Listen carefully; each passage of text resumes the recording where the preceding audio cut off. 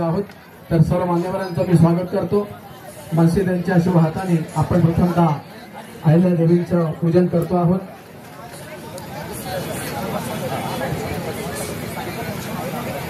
जी मंडळी अजूनही उभी आहेत त्यांना विनंती असेल की आपण जिथे जिथे आसन रिकामं दिसेल तिथे स्थानापन्न व्हायचं आहे, इतरत्र उभे राहू नका अशी त्यांना विनंती असेल। आणि कार्यकर्ते खुर्च्या कमी पडतील तर पाठीमागे खुर्च्या लावून घ्यायच्या अशी विनंती असेल। नरेश आटपारकर यांच्या शुभ हाताने आपण सध्या दीप प्रज्वलित होताना पाहतोय।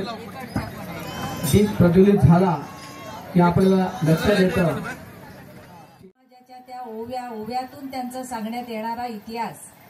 मी मनापासून या ठिकाणी कौतुक करते की ही अतिशय उत्साहाने या ठिकाणी तुम्ही जयंती साजरी करतात।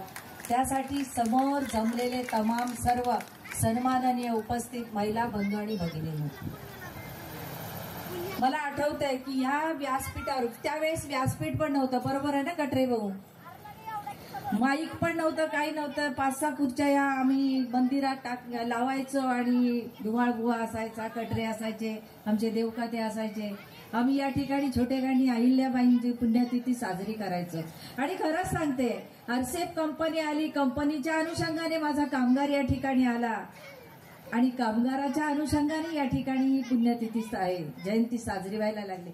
श्रीमंत श्री जगद्गुरु जगदवंदनीय तुकोबार आहे नवे नवे ज्यांना म्हटलं जातं वारकरी संप्रदायाचा कलश, ज्यांनी आपल्या एवढ्या आयुष्यामध्ये कधीच केला नाही भजनाचा आळस, असे असणारे संत श्रेष्ठ श्री तुकाराम महाराज यांचा 4 चरणाचा भगवंताच्या सामर्थ्याचं वर्णन करणारा, अहिल्यादेवींच्या सामर्थ्याचं वर्णन करणारा एका चांगल्या व्यक्तीचं कौतुक कोणाकोणाला असतं, चांगल्या व्यक्तीचं महिमान किती मोठं असतं, अशा अनेक गोष्टींचं चिंतन करणारा, वर्णन करणारा अभंग आजच्या या कीर्तनरूपी सेवेकरता निवडलेला आहे। विठ्ठल विठ्ठल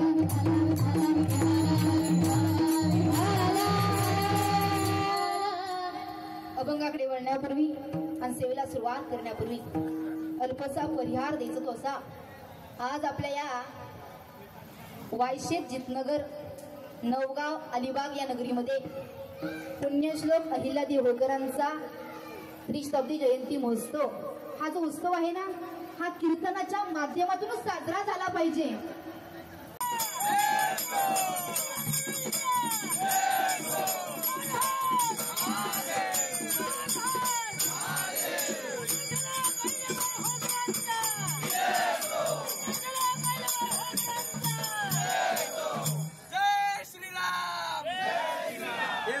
टाइम्स डिजिटलला लाईक करा, सबस्क्राईब करा, शेअर करा आणि बेल आयकॉन दाबायला विसरू नका।